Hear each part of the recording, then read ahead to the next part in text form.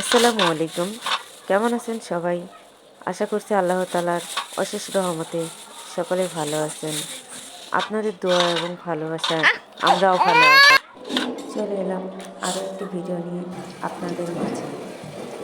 আজকে আমি সবজিগুলো কেটে নিচ্ছি, আর সবজিগুলো কাটতে কাটতে আমি যে মাছটা ভাজা জমা চুলায় দেওয়ার জন্য মাছটা মাখিয়ে নিচ্ছি।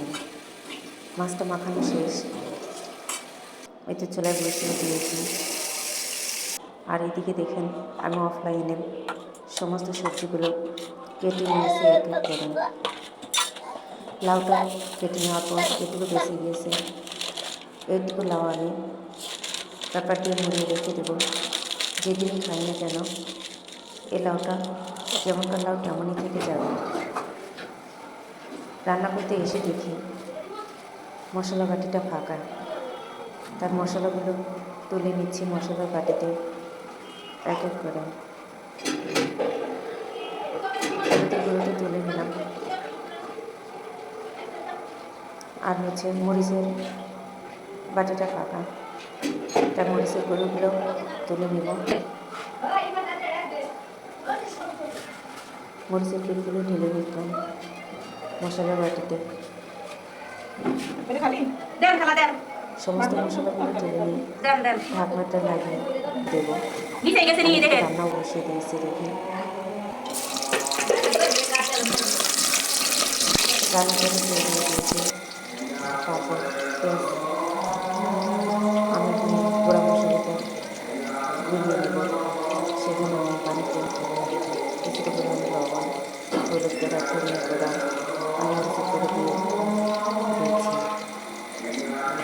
যখন পেঁয়াজ কুচিটা ভালো হয়ে যাবে তখন এই মশলা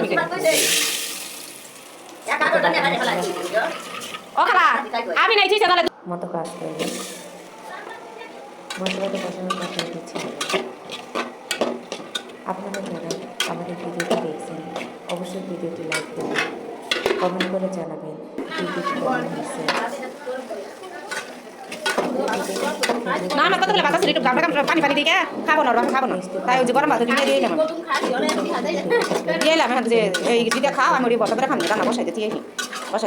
আর আপনি যদি এই কাজটা করে থাকেন তাহলে আপনাকে অসংখ্য ধন্যবাদ। আজকে আমার এই ভিডিওতে অনেক কাজ শোনা যাবে, তার জন্য আন্তরিক দুঃখিত। আজকে আমি যে সময়টা আর যে স্থানে ভয়েসগুলো দিচ্ছি সেখানে অনেক শব্দ, বাসা, এমনকি বাইরে অশান্তি হচ্ছে, তাই এতটা শব্দ। আমি আপনাদের কাছে দুঃখিত। যে প্যানে আমি মাছ ভেজে নিয়েছি সেই প্যানেই আমি ব্রকলিটা ভেজে নেব। তাই আমি দিয়ে দিলাম তেল আর দিয়ে দিচ্ছি কিছুটা পেঁয়াজ কুচি। পেঁয়াজ কুচিটা ভেজে দিয়ে দিব রসুন কুচি। রসুন কুচি ভাজা হয়ে গেলে দিয়ে দিব পেঁয়াজগুলো আর দিয়ে দিব লবণ, ধনিয়া গুঁড়ো, একটু মিশিয়ে নিয়ে দিয়ে দিব গাজর। ভাজাটা ভালো করে রেখেছিলাম, সে ভাজাটাও দিয়ে দিয়েছি। সেখান থেকে দেবো সিদ্ধ হওয়ার জন্য। আর এদিকে দেখুন আমার তরকারিটাও রান্না হয়ে গেছে। তরকারিটাও নামিয়ে নেব চুলা থেকে। আর এই পাশে গাজর ভাজিটা হয়েছে, গাজরটা কিছুটা সিদ্ধ হয়ে গেছে। এখন দিয়ে দিব ব্রকলি। ব্রকলিটা দিয়ে কিছুক্ষণ নেড়ে চেড়ে ঢেকে দেব সিদ্ধ হওয়ার জন্য।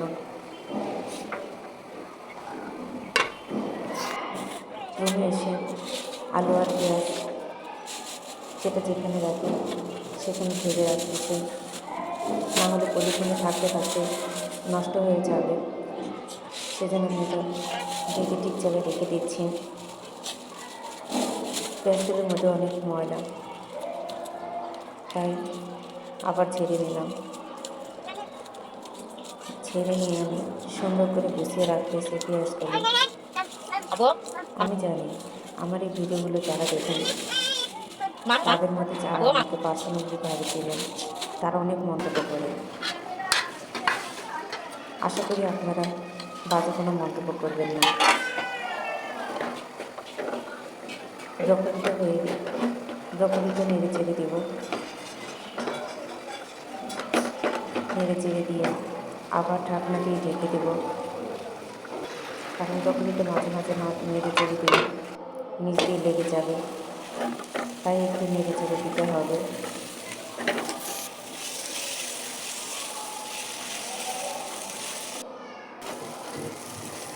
ব্রকলি ভাজিটা হয়ে গেছে, এখন নামিয়ে নিচ্ছি।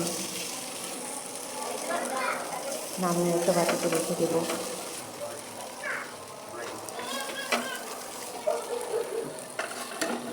একটা বাটিতে রেখে দিলাম ব্রকলিটা।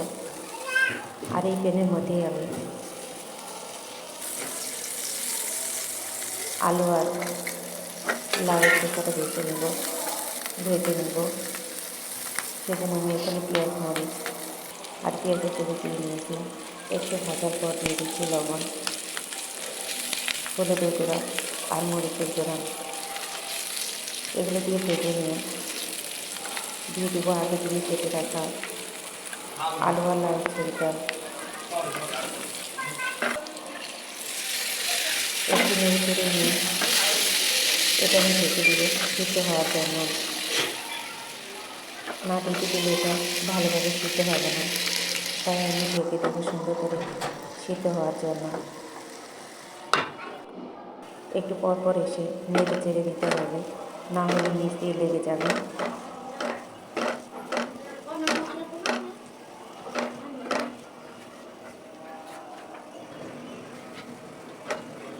নেড়ে চেড়ে নিচ্ছি যেন নিচ দিয়ে লেগে না যায়।